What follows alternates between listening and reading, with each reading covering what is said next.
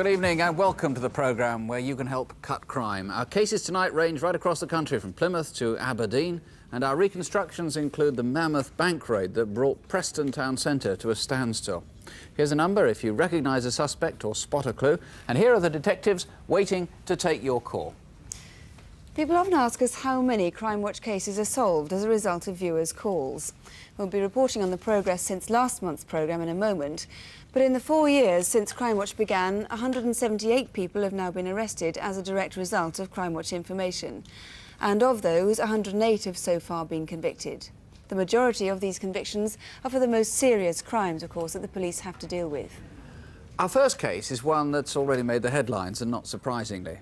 It brought a town centre to a standstill, involved a kidnapping and a siege and the theft of over £500,000. A family was terrorised, though as you'll see they showed remarkable courage. 7 weeks ago today, on Thursday the 15th of September, police were called to Fishergate in the heart of Preston when the National Westminster Bank there failed to open. They knew that the staff were in there, and when they found that they couldn't communicate with them, they brought in marksmen. They cleared the area, and for 3 hours they lay in wait. But the robbers had already fled. Our reconstruction begins the evening before the raid as the bank manager, Roger Ball, left work. He noticed that, though it was a staff car park, someone had left a red Ford Escort van beside his car. Oh, no.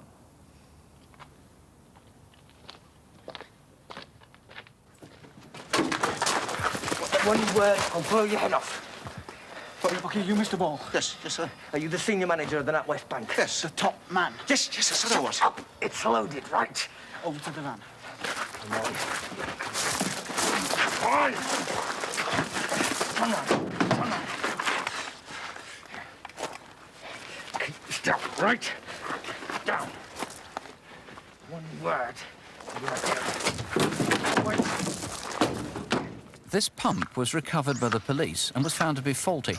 But when the car was later found, the tyre was well inflated, so this blue Sierra must have been taken to a garage. Morecambe Illuminations, 30 miles from Preston. Despite the blindfold, Roger realised he was being driven to a public car park beside Morecambe Golf Course. It's not far from his home. The red van and another car, perhaps his own Sierra, stayed here for over half an hour.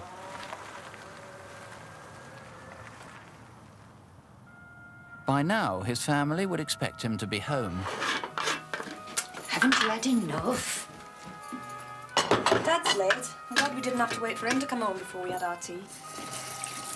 Yes, he is late. Right, stand up. Okay, over to the left. Now you're getting in the passenger seat if you're up. Come on. Come on, sit down in the front seat. Mind your head. In you go. On the legs. In you go.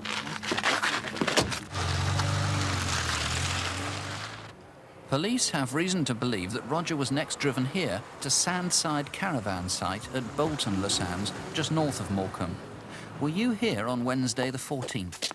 There's an unusual old-fashioned payphone. In.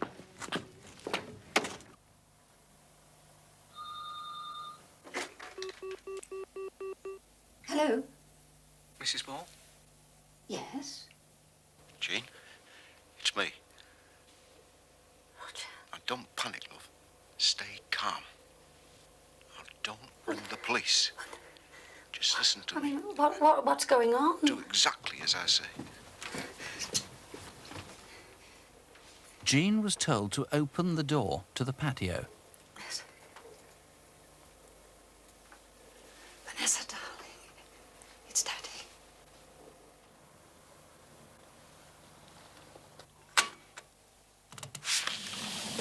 Sit down!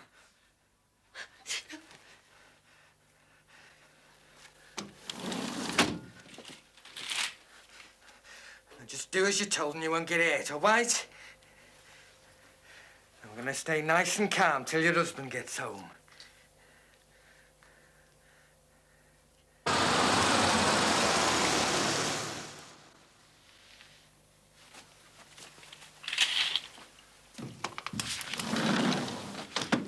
All right, come in. Roger. Dad. Jean, Vanessa, are you both all right? Yes. Stop. Sit down. Everything okay? Yeah. Now, we're going to be here till about 4 o'clock this morning, so we might as well make ourselves nice and comfortable. You don't do anything stupid, and you do what you're told, everybody's going to be fine. No one will get hurt. I don't suppose the chance of a cup of tea is there, Mrs. Ball? And now tonight's main news again. Hurricane Gilbert with 200-mile-an-hour winds has hit Mexico and is heading for Texas. Leaving us well alone. That's the line. I had a poor upbringing, but I didn't resort to crime. Mum. Well, it's absolutely true. Why should you have easy money just because you think you have the right to do that? You're underprivileged and all that. It's ridiculous. Absolutely ridiculous. One of the intruders stole both Roger's and Jean's cash cards, and from bank records it's known he took them to this dispenser on the front at Morecambe. It was 10 o'clock. Might you have seen him? Now, Rog, I'm going to tell you what we're going to do in the bank. Roger was astonished to be told that the gang could get into the locked bank without him. But they needed his help to persuade his colleagues to open up the vault. If he didn't cooperate, his wife and daughter would be killed. What happened next, they all found terrifying. All right.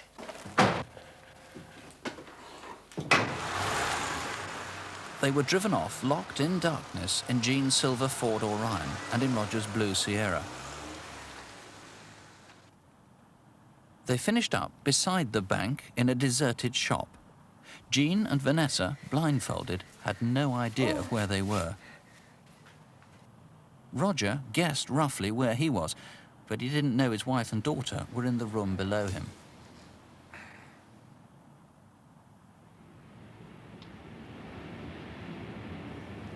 You're right, Vanessa.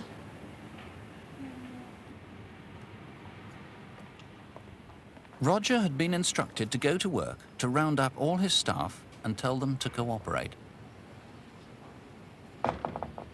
Now, there's nothing you can do about it. No alarms, nothing. They've got Jean and Vanessa. There's a robber already in the bank, and there's one outside.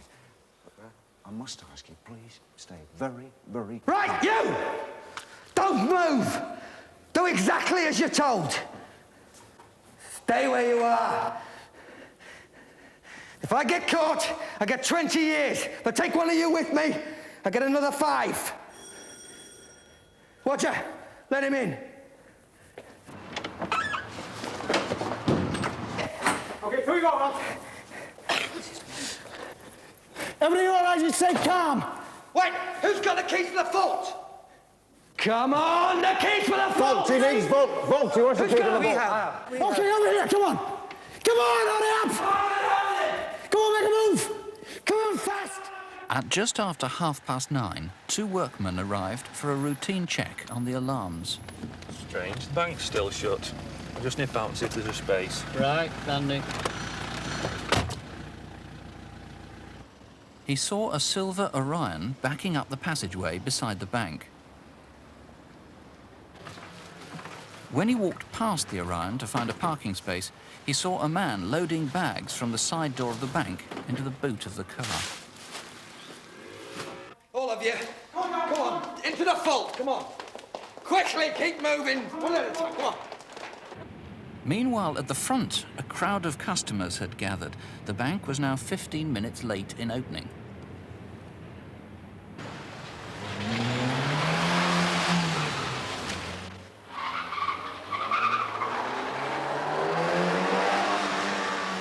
This is Garden Street. All right, come on.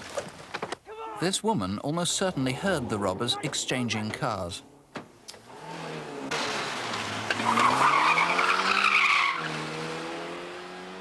The silver Orion was later found abandoned in Preston Station car park. The end of Garden Street opens out towards the station. Usually the way is blocked by bollards. Sometime earlier that morning, they'd been removed.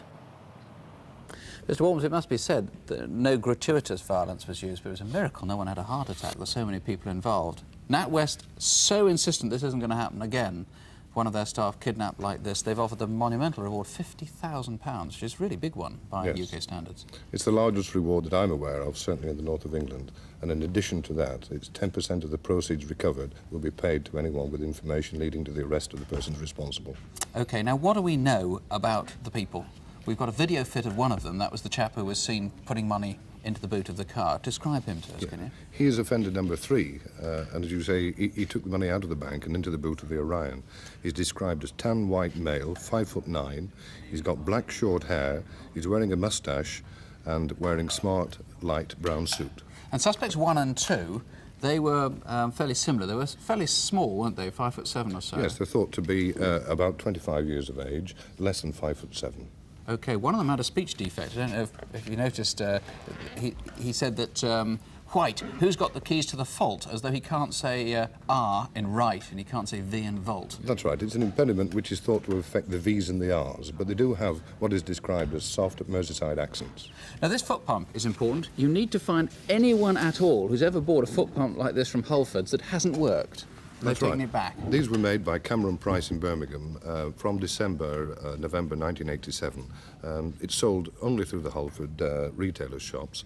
It's known to be defective. It has been returned by a legitimate purchaser and then subsequently stolen. So if you were a legitimate purchaser of a Halford foot pump that didn't work after that period in 87, end of 87, and took it back to a Halford shop, please give us a call. The red Ford Escort van, we've got a picture of it here. It's remarkably clean. It looks as though it had been washed prior to the robbery or kept in a garage. Now, that's distinctive. Tell us why people might remember having seen that. It's red in colour. It's got a B registration on a 5-year-old vehicle. It's got a black roof rack, as you can see, and a hole has been punched into the side, which, when we found it, was covered by adhesive tape. Right, that little hole, that spy hole that they cut in, is perhaps something that somebody might have noticed in it. There's also a white van. Now, tell us the significance of that. Yes, this white van with shower power on the side was seen about 25 minutes past 6 on the morning of the robbery itself in the Asda car park, which is at the bottom of Garden Street, possibly only about 10 yards away from where the bollards were removed from. Right, it's called a Luton-type van. We're not interested in people telling us about shower power. We know that's of no relationship to the vehicle. Yes. There was a lot of heavy money stolen. 2.5 hundredweight was taken in coins, like 2.5 sacks of cement. £11,000 in pound and 50p pieces amounts to 2.5 hundredweight, and that is a lot of money, a lot of weight. Right. Well, if you can help recover any of the money, there's a big reward. If you can help convict any of the men, there's a huge reward. If you've any information, here's the number to ring, 01811 8055. Or you can call Preston Police direct on 0772 203 203. That's 0772, that's the code for Preston, 203 203. Well, calls from last month's programme led to new lines of inquiry on most of our cases, and many of those are still being pursued. In Hull, detectives are working their way through information from more than 200 viewers who rang about the murder of driving instructor Keith Slater, who was stabbed on his own doorstep. We've still not heard from the woman who was seen with Keith in the National Pub.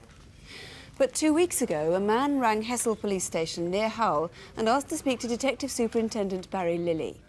He seemed to know details of the murder, but refused to give his name because he was frightened. Now, police have appealed in the press today, and they're now asking again for that man to ring back. So if that was you, and if you are watching tonight, please call us in the studio, or you can ring the incident room at Hull, and it's 0482 501 222. That's 0482 501 222. In Leeds, detectives were overwhelmed with information about a conman, a Jeff Capes look-alike, who was stealing old people's savings. They now have new lines of inquiry. At least the programme may have deterred the conman for a time. In one day alone, in fact, the day before the evening of the programme, he committed 10 offences. In the 4 weeks since then, not one has been reported. The two callers gave the same name as a suspect for the murder of Abdur Rashid. Abdur was a religious teacher who lived in Whitechapel in East London, and detectives are convinced that those two people can help them find the killer. They've asked us to appeal to them to call again. There are some more details they need, and they're promising that those callers will have the utmost discretion.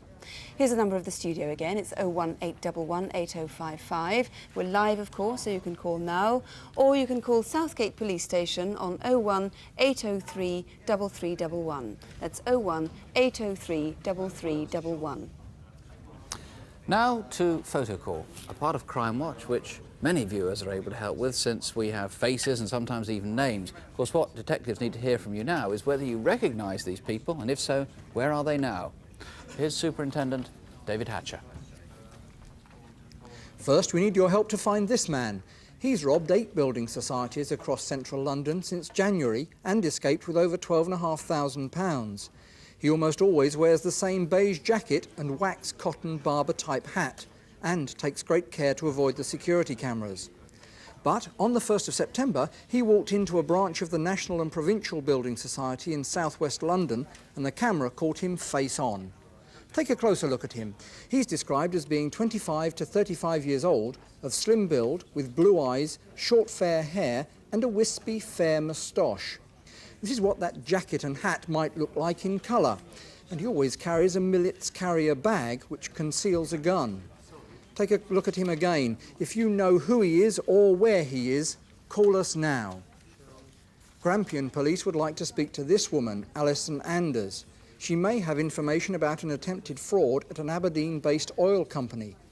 The fraud involved an attempt to divert a cheque for over £23 million into a bank account abroad. Alison Anders has now left her flat in Claremont Street, Aberdeen, and her job. She's 30, 5 foot 4 inches tall, well built with short dark hair, and is usually tanned. She's from Kent and has an English accent. If you've seen her, call us now. Next, do you recognise these 2 men? In September, they went into a plant hire shop in Biggleswade, Bedfordshire. Using false details and a stolen driving licence in the name of P. Rickson, they hired a Cayman rotavator for the day. They loaded the rotavator, valued at over £3,000, into a white minibus, in which there was a third man in his 20s with brown hair. The hire equipment was not returned.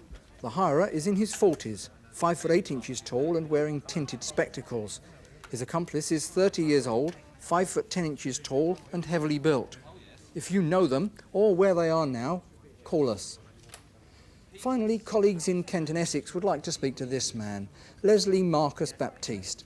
We believe he may have important information about the theft of 3 cheques from the New Inn Hotel in Dagenham, Essex. Newham Borough Council sent cheques totalling over £33,000 to the hotel to cover the cost of housing homeless people.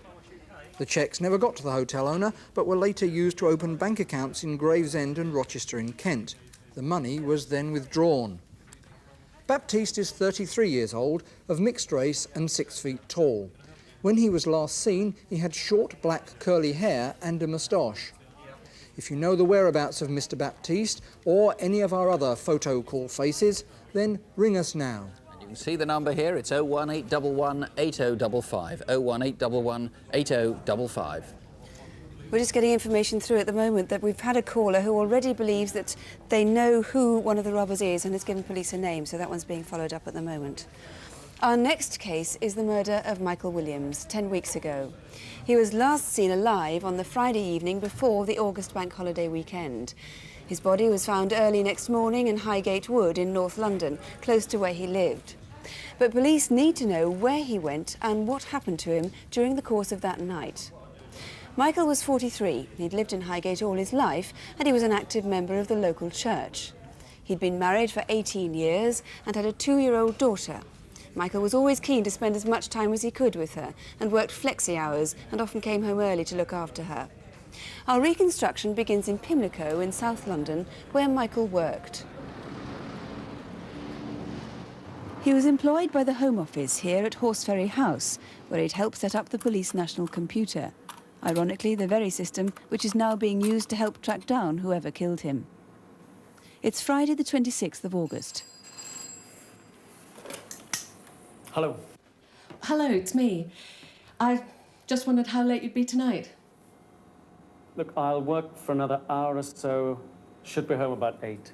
OK, I'll put Marie to bed then. We'll see you later. Michael had been under a lot of pressure at work, and for the past week he'd been staying late every evening to finish a particular project. We're off the Pavias for a few drinks. Coming? Oh, lucky for some. No, I've still got work to do. Oh, come on. You've got 3 whole days off. Why not? I'll wait outside. See you in a while.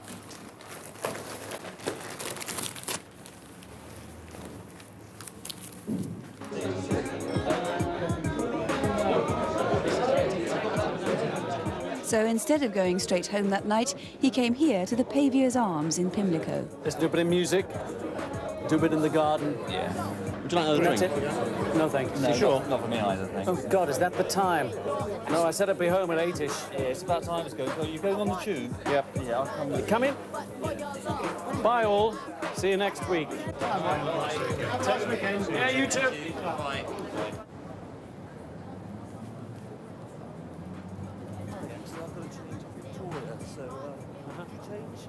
Yes, yes, I did, but it's late. No problem.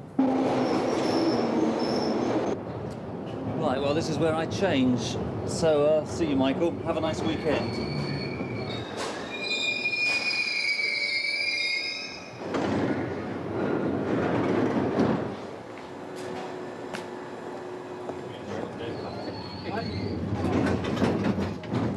That was the last time anyone he knew saw him alive. From now, we can only speculate about where Michael went next. If he'd taken his usual journey home, he'd have continued on the Victoria line as far as Warren Street or Euston, where he would have changed onto the Northern line. By then, it would have been about midnight. From here, he'd get on the Northern line to Highgate. But it's by no means certain that he did take his usual route home that night. Perhaps he met someone along the way. Police need to talk to anyone who may have seen him. If he did come to Highgate Station, his walk home would have taken him past Highgate Wood. Or he may have gone one step further along the Northern line to East Finchley, because someone who looked like Michael was seen there at about 12:30 by a ticket collector. Really? Which way to the Lewis? Toilets are closed here, Gov. Okay.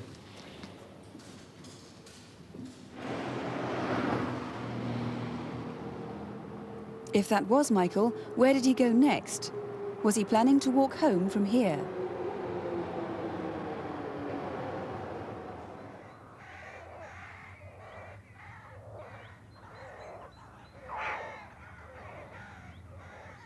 This is Highgate Wood, a popular spot even early in the mornings. Come on, let's go home. It's the next day, Saturday morning. At about 8:20, a woman walking her dog saw something lying by the path leading to the wood. It was Michael Williams' body. He'd been killed by a single blow to the throat. Yankee Romeo from 559. Can you call the CID? I found a dead body in the alleyway off of Lanchester Road, N6. Police need to know whether he was killed there or whether his body was left there later. Several people who'd used the path even earlier that morning didn't see the body, so it's vital that more witnesses come forward to help work out what did happen. At 6 o'clock that morning, this man was walking his dog near the woods past the spot where Michael's body was found. He saw nothing there, but then just round the corner, something odd happened. My dog's usually quiet, and she saw this man standing over there, run at him and barked at him hysterically.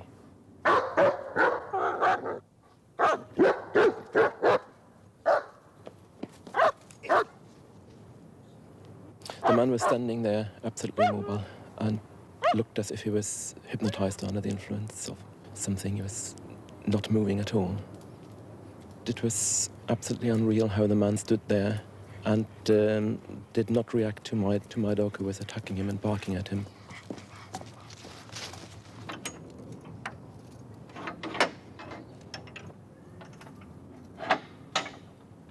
Three-quarters of an hour later, as the gates to the wood were being unlocked for the day, the strange man had gone.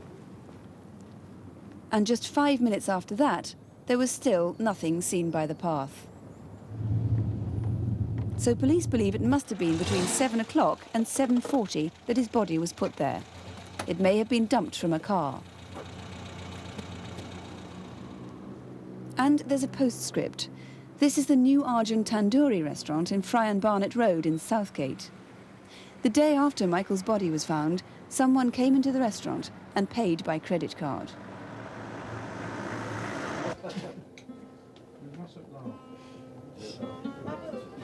Your bill, sir.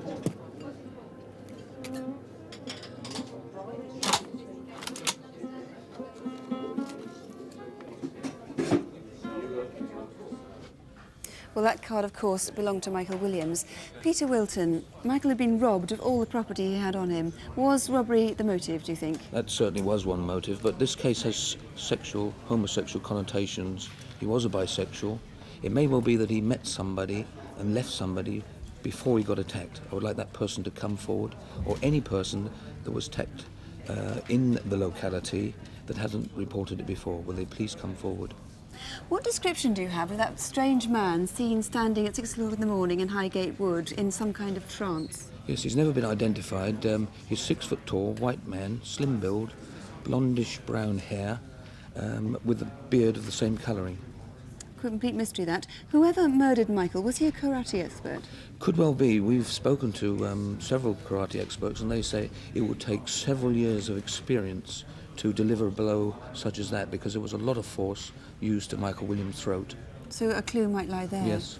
Now you need to trace whoever used Michael's access card at the new Argent Tandoori restaurant, if only to eliminate him from your inquiries. Yes, I would like them to come forward, because they may well not have been the person that attacked Michael Williams. They may have got the card by buying it, finding it, so I would like them to come forward. It may well be that other people were there whilst they used it as well, so they might know something about it. That will obviously save you hundreds of man-hours of work. Certainly. Do you promise him discretion if you come Yes, forward? most certainly. Yes, we're confidential.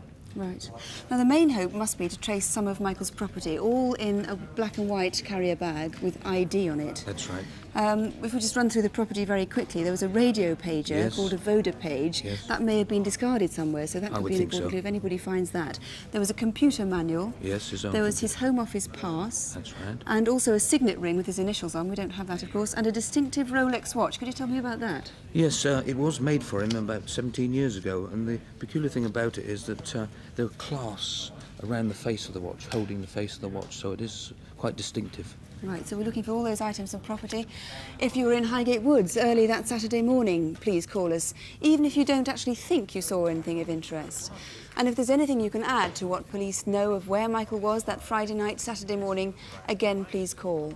The number here in the studio, as always, is 01811 8055, or ring the incident room direct, and that is 01803 3311. It's 01803 3311.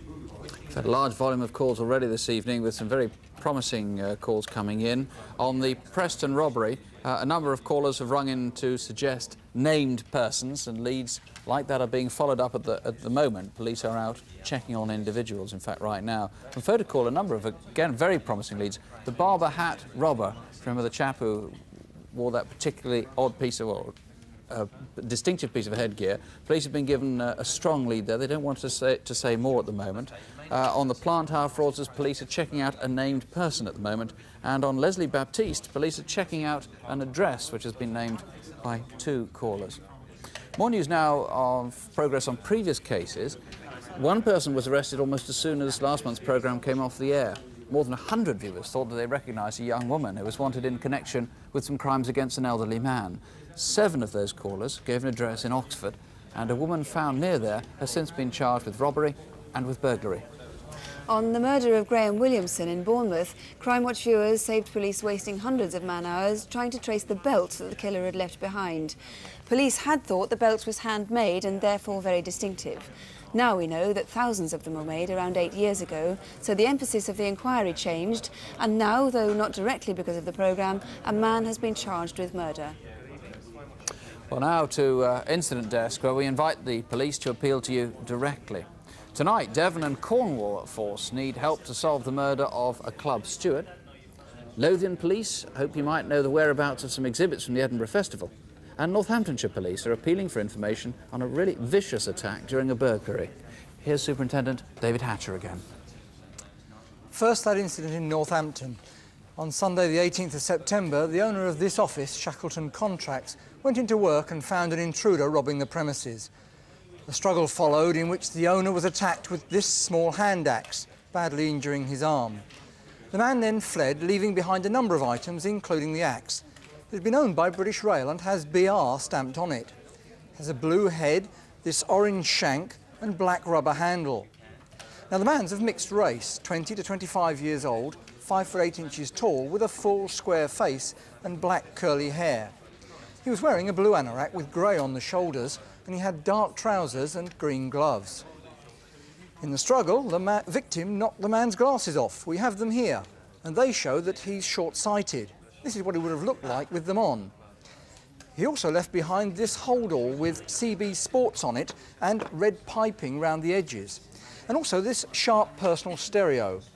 If you know someone who used to own these items but who's lost them recently, please get in touch. At 9:30 p.m. on Tuesday the 25th of October, just over a week ago, the body of a 16-year-old Vietnamese boy, Ho A Long, was found floating in the River Thames near the South Bank. He'd been strangled. He was last seen alive at 10 p.m. the previous evening, leaving his home in North Peckham, London. But where did he go in the previous 24 hours? When he was found, he was wearing beige trousers and a black T-shirt with a spider motif on the front and back. But when he left home, he was wearing a brown leather flying jacket over these clothes and a pair of trainers. Where are the jacket and those trainers now? He hadn't been in the water for more than half an hour when he was found at 9:30 p.m, so if you were on the South Bank that Tuesday evening, the 25th, and saw anything suspicious, or if you have any information about Ho A Long, do ring us. In December last year, 2 rapes were committed in Colchester, Essex, and forensic evidence has proved that the same man was responsible. The victims, one of whom was only 16 years old, describe him as 5'8" to 10 inches tall, of muscular build. He's about 20 to 25 years old, clean-shaven and with a fresh complexion. His hairstyle is particularly distinctive. It's fair to blonde, very short at the sides, but longer and spiky on top. On the first occasion, he was wearing a beige padded jacket like this one, and a triangular silver pendant, similar to this, that may have been a St. Christopher. And furthermore, on the 21st of September this year, a man attempted to rape a woman in Grays, Essex. Although we're not sure the cases are linked, the description of the attacker is remarkably similar. A witness saw a dark-coloured car driving off at speed. It may have been a hatchback with a small engine, possibly a Ford Fiesta. If you recognise any of these details, please let us know. The body of Ray Anstey was discovered on Thursday the 29th of September at the Pennycross Sports and Social Club in Plymouth. He was the steward of the club and was probably ambushed by the robbers as he locked up for the night. The murderers emptied the gaming machines and also took Mr. Anstey's wallet. This is a replica. In it were some membership cards like these and a photograph of his 8-year-old daughter. Also missing is a lighter, a bunch of keys and an unusually large ring. It has a small stone in the corner and is 9-carat gold with a sunburst design. Have you seen or been offered that ring? At about 10 past midnight, a witness saw 2 men getting into a dark brown estate car, possibly a Mark III Cortina. We'd like to speak to those 2 men, or indeed anyone else who saw them. The Edinburgh Festival is a time when many artists exhibit their work.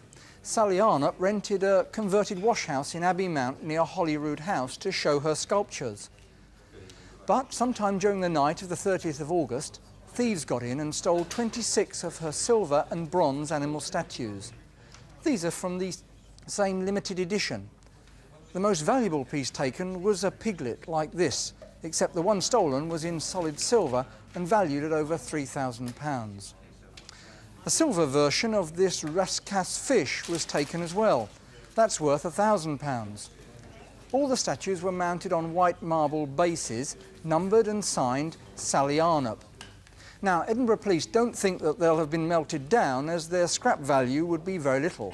They might well turn up in shops or collectors' markets. Perhaps you've seen them. If so, we'd like to hear from you. A reminder once again of the number, it's 01 811 8055. That's 01 811 8055. This is top quality leather. In fact, it feels like silk. It's made from skins like these, and the markings that you'll find on skins like these show that they come from a place called Gomshall Tanneries. Over the past 2 years, the firm has been subjected to a series of burglaries and to a robbery in which staff were threatened with a shotgun. We've reconstructed the latest of these raids. It took place about a month ago, and maybe you can help. Incidentally, the company have asked us to point out that they've now changed their security procedures. The film begins at Newlands Corner, which is just off the A25 in Surrey. Walkers and picnickers are attracted to the rolling countryside that surrounds the Guildford to Dorking road. Gomshall is on the main road. It's mentioned in the Domesday Book. It's a picture postcard village where strangers are easily noticed. There's been a tannery here for over 500 years. During the Victorian period, Gomshall Tannery thrived, and gradually the company developed a worldwide reputation for high-quality sheepskin leather. But now the company has been taken over, and production has been transferred to other parts of the country. It's Friday the 2nd of September. On her way to work, this woman noticed a white van parked in Coal Kitchen Lane opposite the tannery gates. At lunchtime, two men entered the post office down the road and bought some sandwiches. Hello. You won't get a sunburn today, will you? You won't get a suntan all week here.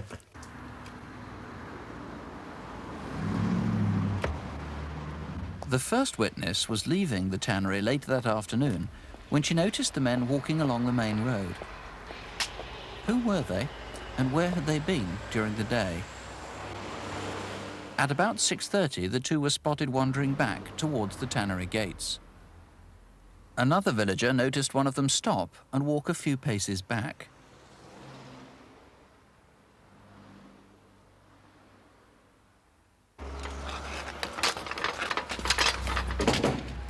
It was a few minutes later that two men broke into the tannery.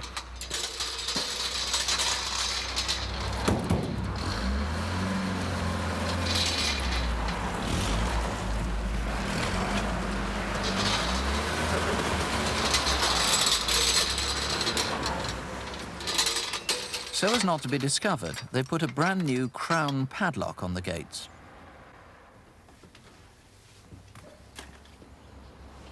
The box van was spotted being driven in. It may have had a red logo on the front above the cab.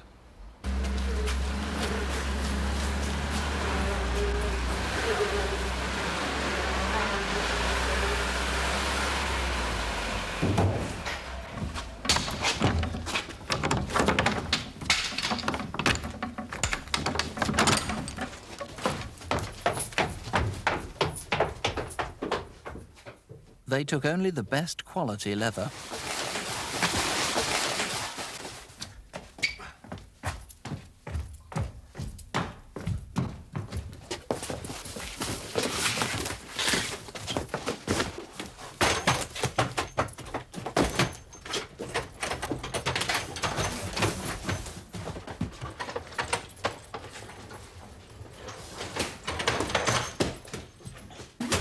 One box was later found like this.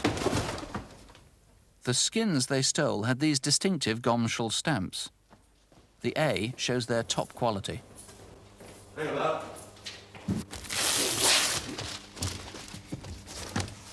The thieves also stole 2 boxes of rare New Zealand leathers.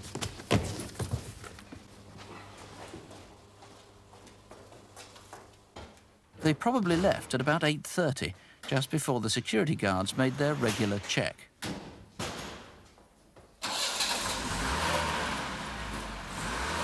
They made off with 56 boxes worth £82,000. There's a strong possibility that the Gomshall break-in may be linked to 3 earlier raids in southeast London. They all took place at this warehouse in Rotherhithe. It was also owned by Gomshall Tanneries. In 1986, 2 men tricked their way in. Can I help you? Sorry to bother you, Chief. Yeah, we're from the security company. Just come to do a routine check. Is that all right? All right. Just through there. Terrific. Won't keep you long. Thanks a lot. They tampered with the alarm system and later returned, broke in and escaped with top-quality leather. Then, in July 1987, again, only best quality leather was stolen. And in December 1987, as a legitimate customer came to the door... Hello. How are you? I'm fine. Get back! Get in the corner! And you! Sit over there! Again, they went straight for top quality hides. In total, Gomshall tanneries have lost well over £250,000 worth of stock.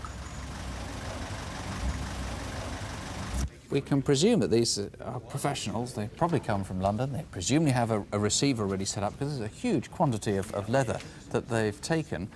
Tell us what we know about the men. Yes, we have a description, which we've got a video fit here, of one of the men. He's 6 foot, late 20s. His hair is dark brown and it's greying at the front. Now the witness states that is more natural than streaked by a hairdresser. And the second male is also late 20s, but of a more muscular build with a moustache. OK, both wore tracksuit trousers and trainers in the Gomshall raid, though they probably discarded those.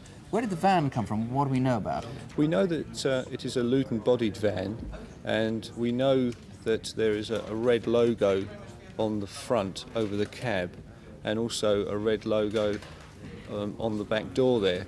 So obviously we'd like to know who may have hired that van, or if anyone lent it to anybody over that particular weekend.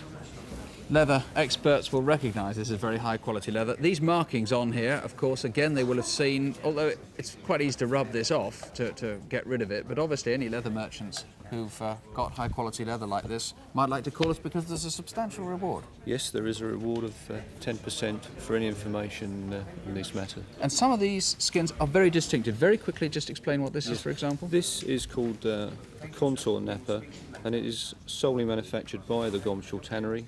And it's very distinctive. OK, well, here's the number if you can help, 01811 8055, 01811 8055, or you can call Guildford Police, 0483 311 111. That's 0483, the code for Guildford, 311 111. And just to update you on some more of the calls we've been receiving here in the studio and at incident rooms around the country, on the theft of the plant hire, the Cayman rotavator, detectives are at this moment on their way apparently to the address of a man who's been named by a number of callers. And on the Preston raid, nearly 20 callers have called in, all offering names. All those names are being checked out now as we speak. The detectives in the incident room describe the phones as being red hot, it says here. The officer in charge is anxious for one person who seemed to know a great deal about the robbery to call back. So please do call back. One caller believes he or she recognised the video fit and has given us a name. So I gather there are some lines free now if you'd find them busier earlier, so do keep trying. We'll give you all the local relevant numbers in a moment, and they're all on CFAX if you have that, on page 186. Or you can write to us on Crimewatch UK, BBC Television, London W12 8QT. More information coming in right now. If you want to see what is happening as a result of these calls, please join us at Crimewatch Update. That's at 11:45 tonight. There's a further update on Open Air tomorrow morning. If you can't be around for either of those, do bear in mind we've compressed several months of crime into the last 3/4 of an hour. Violence, I know we say it again and again, really is rarer than people seem to think. So don't have nightmares, do sleep well. Good night. Good night. Well.